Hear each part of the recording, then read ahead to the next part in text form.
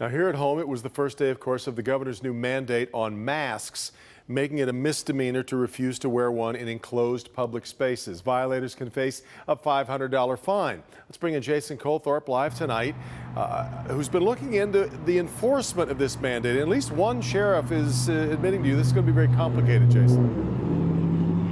It's definitely complicated here in Macomb County, Devin, because the sheriff wants people to wear masks, and he's encouraging businesses to require them. And if there's a problem and a call comes in, his deputies will respond and they will encourage compliance. But they're not going to write any tickets. We haven't written a citation, and I don't think we will. Macomb County Sheriff Anthony Wickersham isn't taking a political stand against the governor. We just do not have the resources for every time an individual walks into a business and doesn't have a mask. That's not to say they won't respond and enforce the new mask law. They will, because Wickersham is concerned about protecting employees from possible violent confrontations. We wanted our business people to know, look, because there's chances that there's licensing sanctions and regulations that could come down from the state through other means, but it's not going to be coming from the sheriff's office. Sheriff's office is going to be there to assist you, to make sure that your business can stay open and that you and your staff that are working are going to be safe. Macomb County Executive Mark Hackle's problem is with the governor, or at least with her use of the governor's emergency powers. He feels this law is a knee-jerk reaction to recent events and undemocratic. When most people are complying, and I would agree, you should be wearing a mask, and they do.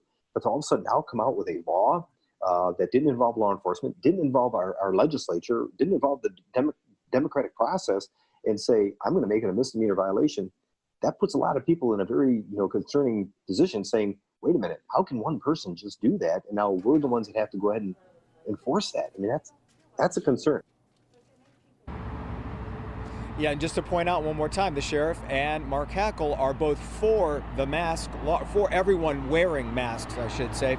And Hackle also pointed out the governor hired 200 staffers when it came to enforcement, and she also has the state police at her disposal, theoretically. So those are two more reasons he feels this shouldn't fall back on law enforcement at the local level.